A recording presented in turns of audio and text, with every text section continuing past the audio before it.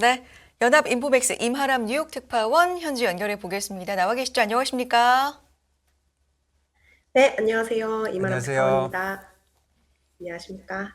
네, 자, 3대 지수가 일제히 상승 마감한 것 같은데요. 일단 상황 자세하게 전해 주실까요? 네, 뉴욕 3대 지수 어제도 일제히 상승 마감을 하면서 3거래일 연속해서 상승하는 흐름을 나타냈습니다. 어제 다우와 S&P 그리고 나스닥이 1%에서 2%에 달하는 상승폭을 나타냈는데요. 우선 다우 지수는 전장 대비 1.027% 상승한 수준에서 종가를 형성했습니다. 이제 다우가 32,000선에 근접을 서서히 해가고 있는 모습입니다. S&P 500 지수 전장 대비 1.63% 상승 마감했습니다. 네, 나스닥 지수도 오늘 큰 폭으로 올랐는데요. 채권 금리가 하락을 하면서 나스닥 지수가 2.25% 급등 마감하는 흐름을 나타냈습니다. 네, 간밤 국제금융시장 동향 간단히 살펴보면요. 우선 채권 금리의 하락세가 가장 두드러졌습니다. 오늘 미 10년물 국채금리 장중 20bp 이상 하락을 하기도 했고요. 현재 약 15bp 가까이 하락을 하면서 4.1% 수준 나타내고 있습니다. 2년물 금리는 4.46% 부근에서 등락을 하고 있습니다. 네, 채권 금리가 후퇴를 했고요. 글로벌 달러의 강세도 후퇴를 한 모습입니다. 간밤 달러화는 약세 흐름을 나타냈고요. 주요 6개 통화에 대한 달러 가치를 반영한 DXY 110.8선을 나타냈습니다. 네, 달러가 약달러를 보이면서 유가도 상승을 했습니다. 12월물 WTI 가격이 전장보다 0.87% 오른 배럴당 85.32달러에 거래를 마쳤습니다. 네.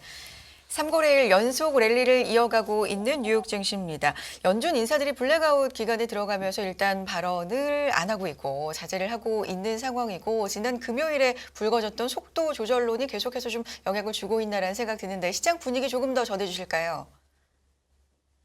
네, 증시는 지금 오늘까지 3거래일 연속해서 랠리를 지속을 해가고 있는 모습입니다. 결국 지금 주식시장이 이렇게 지지받는 이유 두 가지로 볼 수 있을 것 같은데요. 가장 큰 요인은 이제 다음 주에 있을 FOMC가 다소 비둘기파적일 수 있다라는 기대감이 증시에 상당한 투자 심리를 고양을 시키고 있습니다. 지금 이제 다음 주에 있는 11월 FOMC에서는 75bp 인상이 유력하지만요.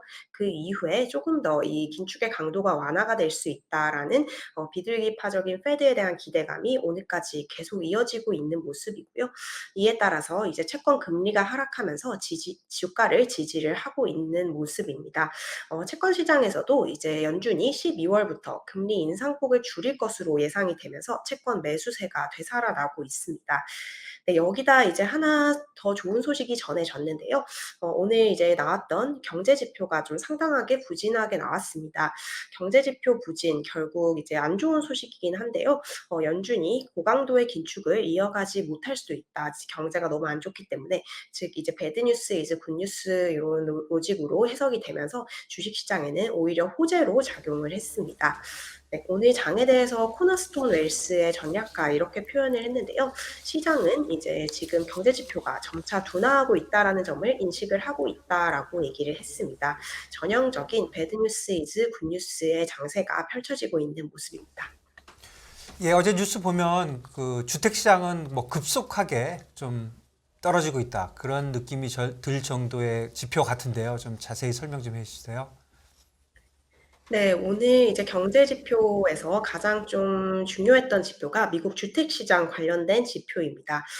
지금 S&P 코어로지 케이스 실러에서 집계를 매달 하는 주택 시장 가격 지수인데요. 지난 8월에 주택 가격 지수가 역대 최고 속도로 둔화를 했다라는 결과가 집계가 됐습니다. 이제 미국의 지난 8월 전미 주택 가격 지수가 지난해 같은 기간에 대비해서 13% 상승한 것으로 집계가 되었는데요. 예, 지난해 8월에 비해 이 가격이 13% 올랐다라는 의미이지만 그 직전 월이라든지 최근의 추세에 비교를 해보면 상당히 상승폭이 급속하게 둔화가 된 것입니다. 이게 이제 케이스 실러가 이 관련 지표를 집계한 1987년 이후 역대 최대 수준으로 빠르게 시장에 주택 가격이 급속하게 둔화를 했다라고 합니다. 지금 모기지 금리 미국에서 모기지 금리가 7%에 육박을 하고 있고요. 그리고 전체적으로 금리가 또 앞으로 계속 오를 것으로 예상이 되면서 미국 주택 시장이 급속하게 둔화를 하고 있는 모습인데요. 8월 전미 주택 가격 지수는 전월 대비로는 무려 1.1% 하락을 하면서 상당히 빠르게 조정을 받는 모습을 보이고 있습니다. 지금 월가에서도 계속해서 이 주택 시장이 부진할 흐름에 대해서 경고를 하고 있는데요. 이 투자은행 ING 같은 경우 이 모기지 금리가 굉장히 오른 상태이고 또 신규 주택 재고는 늘어나는 반면 기존 주택 재고도 이제 계속해서 늘어나고 있기 때문에 기존에 있었던 어떤 수요가 초과로 있었던 어떤 기존의 장에서 공급이 엄청나게 많아지는 이런 패러다임 시프트가 일어나고 있고 이것은 주택 시장의 지속적인 둔화를 이끌 수 있다라고 설명을 했습니다. 네. 주택 시장의 흐름을 나타내는 지표가 안 좋게 나왔는데 그게 시장은 이제 좋은 뉴스로 해석을 한다는 소식이었고요. 소비자 신뢰 지수도 나온 것 같은데 이건 역시 나쁜 뉴스가 좋은 뉴스다 이런 식으로 해석이 될까요? 전해 주실까요? 네, 이제 미국 소비자들의 경기 심리, 이제 경제에 대한 자신감을 드러내는 소비자 신뢰 지수도 상당히 부진하게 나왔습니다. 미국 연구기관 컨퍼런스 보드가 발표를 했는데요. 미국의 10월 소비자 신뢰 지수가 102.5 수준으로 집계가 됐습니다. 이제 3개월 만에 이 지표가 처음으로 하락을 했는데요. 경기 둔화 우려에 따라서 가계의 소비 심리가 악화하고 있음이 드러났습니다. 컨퍼런스 보드의 이코노미스트는 블룸버그 통신과의 인터뷰를 통해서 어쩌면 미국의 경기 침체가 시작이 이미 됐을 수 있다라고 평가를 했고요. 이 미국의 경기 성장세가 4분기 들어서 둔화하고 있다라는 신호라고 분석을 했습니다. 예, 최근에 한 일주 정도 보면 드디어 그 전체적으로 좀 경기가 내려오는 그런 신호가 좀 있는 것 같아요. 확실히 한 6개월 정도 3% 정도 올려놓으니까 조금 영향을 미치는 거 아닌가 싶고 지금 연준 인사들은 말 못하는 시기잖아요. 그런데 전 연준 인사는 말해도 되는 모양이에요. 예, 전 연준 부의장께서 경기 침체에 대해서 말씀하신 뉴스가 있는데 이것 좀 전해 주십시오. 네, FOMC를 일주일 앞두고 있기 때문에 지금 현직 연준 위원들은 공개 발언을 삼가하는 블랙아웃 기간에 들어왔습니다. 이제 뭐 연준 위원 말 멘트는 지금 제한이 되고 있는데요. 하지만 이전에 연준 부의장을 역임했던 인사가 미국의 경기 침체 가능성에 대해서 경고를 하고 나섰습니다. 로저 퍼거슨 전 연준 부의장인데요. 이제 미국의 경제가 침체에 빠질 가능성이 상당히 있고 솔직하게 말하자면 내년 말에는 짧고 얕은 침체가 나타날 수 있다라고 얘기를 했습니다. 이 경기 침체 가능성을 인정을 했고요. 또 두 번째로는 연준이 이제 좀 속도를 완화를 할 것으로 보인다라고 얘기를 했습니다. 이제 퍼거슨 전 연준 부의장은 연준은 올해 남은 기간에도 여러 차례 금리 인상을 지속을 할 것이다라고 얘기를 하면서도요. 그러나 이 금리 인상의 속도가 더 느려질 것이다라고 강조를 했습니다.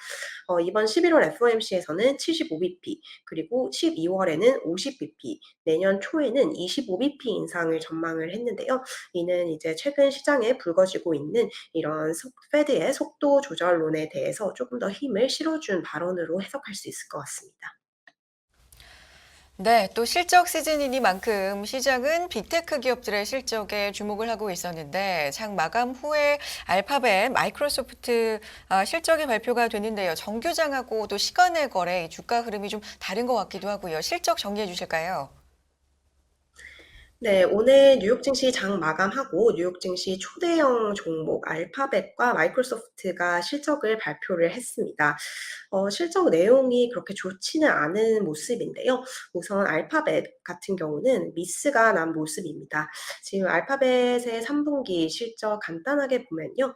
EPS 주당 순이익이 1.06달러로 집계가 됐습니다. 시장 예상치였던 1.25달러에 비해서 이제 낮은 수준으로 집계가 되었고요.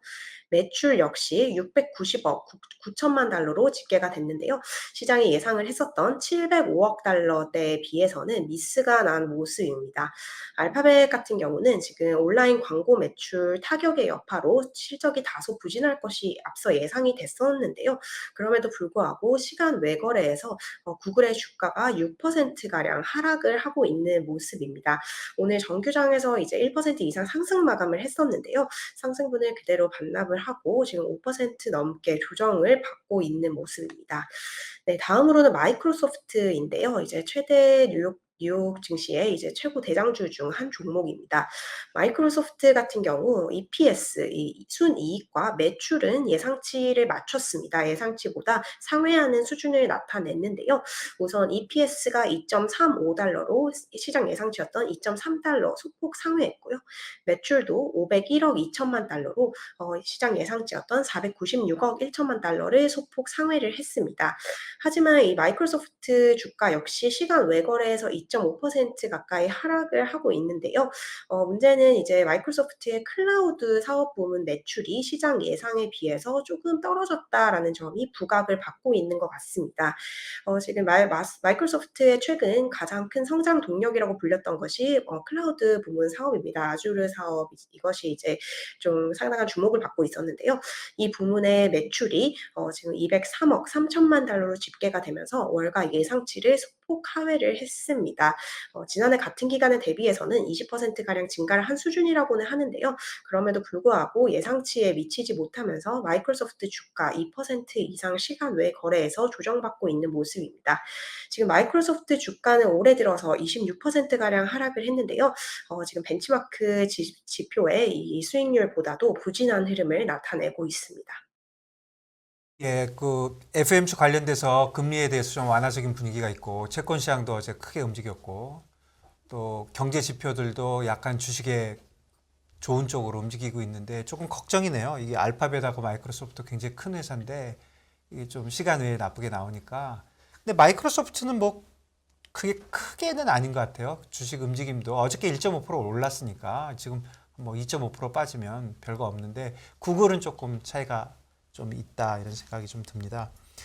그리고 어제 뉴스 보면 CNBC에서 그 좀 주식에 관련돼서 좀 주식시장에 관련돼서 좀 긍정적인 뉴스를 오랜만에 한 것 같은데 이 얘기 좀 전해주시죠. 그리고 이 모건 스턴리 이분은 그 평소에 그 굉장히 약세적으로 얘기하시던 그분 아니고 다른 분이신가 봐요?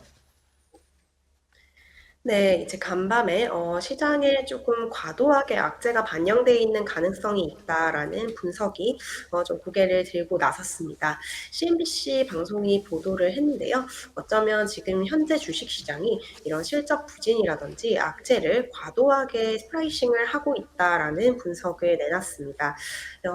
이 근거로 이제 모건 스탠리의 수석 주식 리서치 디렉터가 주말간 투자자들에게 보낸 서한을 근거로 들었는데요. 모건 스탠리의 캐티 허버티 미국 주식 리서치 디렉터입니다. 이 디렉터가 투자자들에게 보낸 서한에서 지금 주식시장에는 굉장히 많은 배드 뉴스가 이미 반영이 된 것으로 보인다라고 지적을 했습니다. 지금 주가가 올해 들어서 계속 좀 조정을 받았었고요. 이 모건 스탠리의 수석 주식 전략가 마이클 윌슨 같은 경우 이제 실적에 어떤 엄청난 이런 충격이 올 것이다라고 주장을 해왔는데요. 아직까지 이제 실적 시즌에 이제 접어들었지만 아직 많은 기업들이 이 전망치를 크게 낮춘 상태는 아닙니다. 어떤 어닝 가이던스 때문에 시장에 큰 충격이 온 상황이 아님에도 불구하고 하지만 미국의 주가 지수는 이런 가이던스 하향을 이미 반영하고 있는 것으로 보인다라고 얘기를 했습니다. 다시 말해서 이제 가이던스 하향 같은 거를 이미 좀 선제적으로 선반영을 많이 하고 있는 것이 아닌가라는 이런 새로운 시각을 좀 제시를 한 것인데요. 그렇기 때문에 이제 지금 뉴욕 증시에 상장된 일부 기업들이 실적이 좀 부진하게 나옴에도 불구하고 계속해서 뉴욕 증시가 이렇게 3일 동안 랠리를 보이는 점은 어쩌면 이 주가가 악재를 과도하게 반영했다라는 방증일 수 있다라고 CNBC가 전했습니다. 지금 실적 시즌 뚜껑이 열린 상태인데요. 3분기 기업들의 실적은 대체로 예상치를 웃돌고 있는 상태입니다.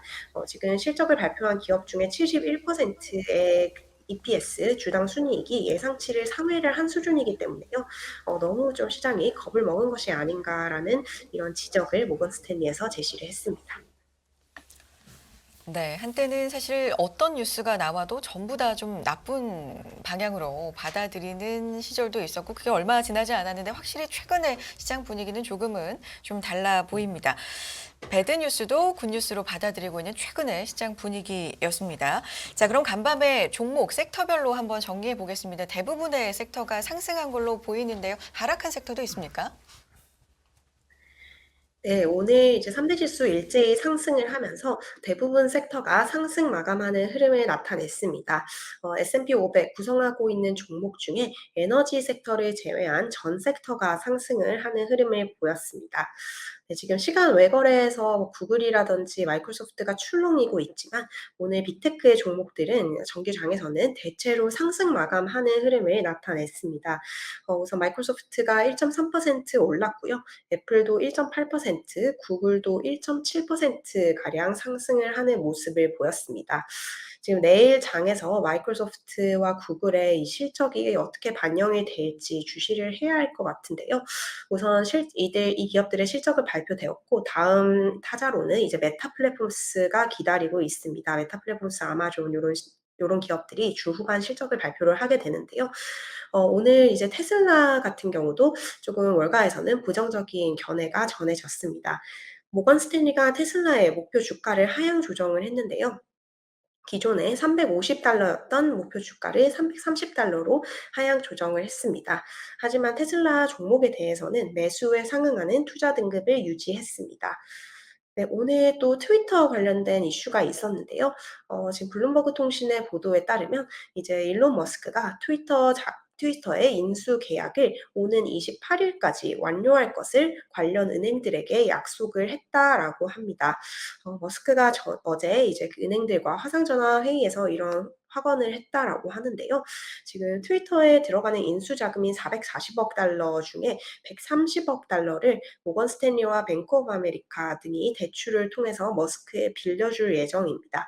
이 과정을 지금 28일까지 완료를 하겠다라고 이제 확언을 했다라고 보도가 나왔고요. 트위터의 주가는 오늘 2% 상승하는 흐름을 나타냈습니다. 네, 오늘 실적 발표한 기업들 다수가 있는데요. 우선 제너럴 모터스, 코카콜라는 시장의 예상치를 웃도는 순이익을 발표를 했습니다. 제너럴 모터스 주가 오늘 3.6%가량 올랐고요. 코카콜라도 2% 이상 상승하는 흐름을 나타냈습니다. 제너럴 일렉트릭 같은 경우에도 이제 순이익과 매출이 시장의 예상치를 상회를 했는데요. 가이던스를 하향 조정을 하면서 주가는 소폭 하락을 하는 모습을 나타냈습니다. 네, 배송업체인 UPS도 시장 예상치를 웃도는 순이익을 발표를 했고요. 주가는 그럼에도 불구하고 소폭 하락을 했습니다. 오늘 좀 부진한 실적을 발표한 종목들도 있는데요. 제트블루와 제록스가 그리고 3M이 이제 조금 안 좋은 실적을 발표를 했습니다. 제록스 같은 경우 순이익이 예상치를 밑도는 수준으로 발표가 되면서 주가가 14%가량 하락을 했습니다. 그렇군요. 네. 네, 현재 시장의 생생한 분위기 전해 주셨습니다. 뉴욕이요. 연합인포맥스 이마람 뉴욕 특파원과 함께 했습니다. 고맙습니다. 감사합니다. 네, 감사합니다.